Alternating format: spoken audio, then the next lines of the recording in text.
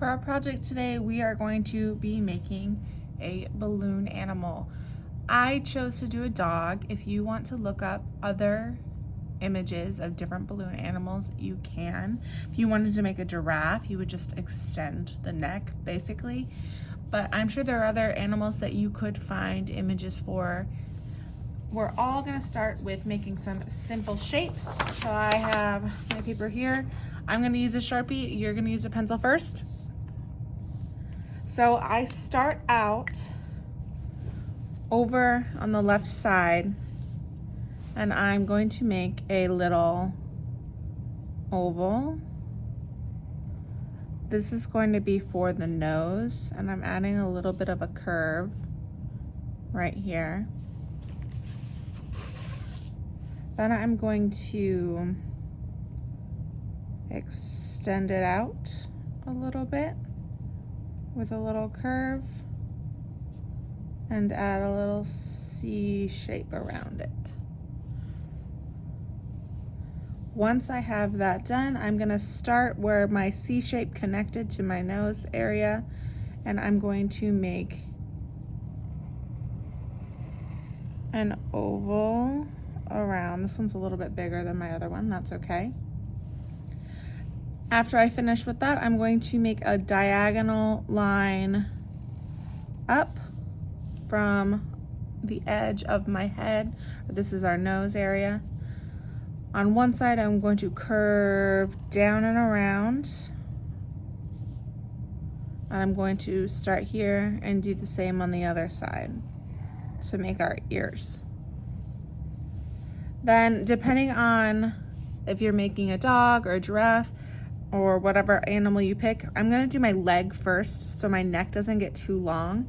I'm going to move down a little bit and make my first oval. And then I'm going to start by my ear and make my neck. Looks more like a giraffe this time. Then I'm just gonna go ahead and start a little bit above here and finish my leg. I'm gonna turn my paper a little bit. I'm gonna start here and here. So a little bit here, a little bit here. And I'm gonna make an oval for my body. Turn my paper back. I'm gonna add one leg here. Try to get them about the same side. Mine looks like it's a little taller. Add another oval shape right there. Last one, we're making our tail. And usually with the tail, there's like that little bit of a stringy end. You could just curve it off, or the other one I did, I added a little ball on top. I'll just curve it off there. Now, I forgot to add some little lines for the texture on the nose. I'll zoom you in. Now, when we're going to color, you're gonna need to outline with Sharpie first. If you don't have a Sharpie, I probably brought some with me. When it's coming to color, colored pencils are gonna work best in this case. You wanna pick one color specifically, and then you need to have a shade that is darker than that color that is similar. So for this one, I did like a periwinkle purple color, kind of looks blue. And then I chose indigo for my shadow. If you don't have a similar color, you can use black. It's gonna be a little bit more extreme though. So try to see if you have a color that's similar. Next, my next one, I'm going to use this mauve-y pink color and this darker mauve-y pink color. So if I have them next to each other, it's like a shade darker. Now, before I get too far into coloring, I'm just gonna show you a little bit.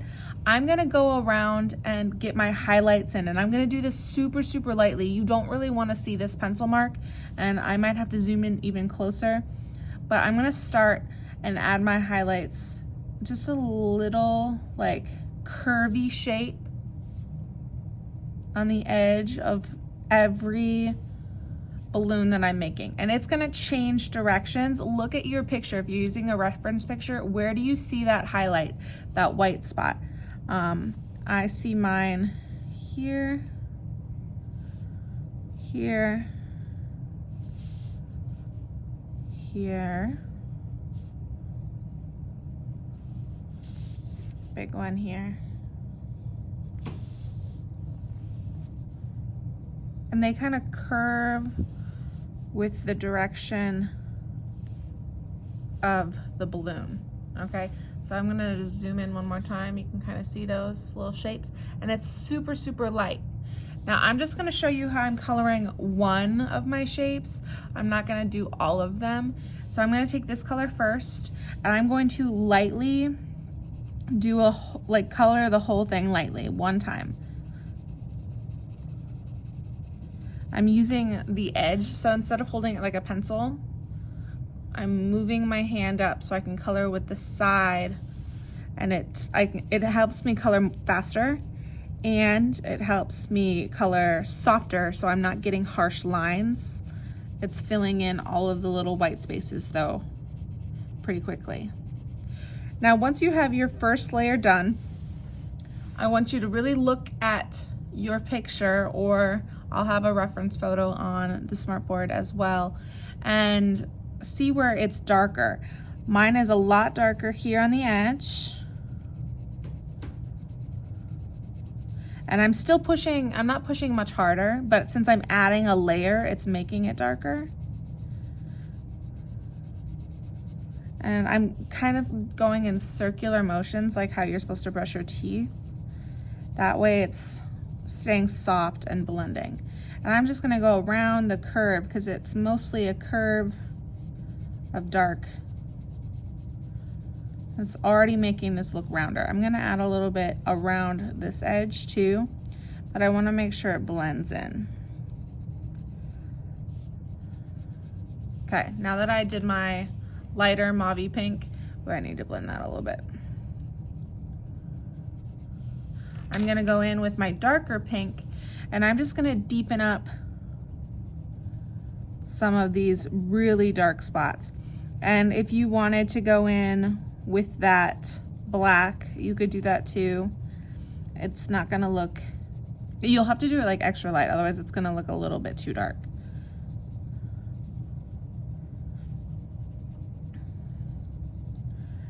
And this is only for the really deep spots. I'm not really gonna put it anywhere else. I might just hook it around my highlight a little bit, a little on the top and the bottom to make that pop a little more. And if I need to blend it, I'll blend it lightly. It looks better in person than it does on camera. You can really see a harsh line on camera. I will bring my example in person so you can see that that harsh line isn't really there. I'm taking my lighter pink and just blending over the whole thing to make it a little bit more seamless. But then you would keep going. If you accidentally get some color in your highlight, you can take your eraser and carefully use a corner to make that pop a little bit more. And then you'll have your Jeff Koons balloon animal.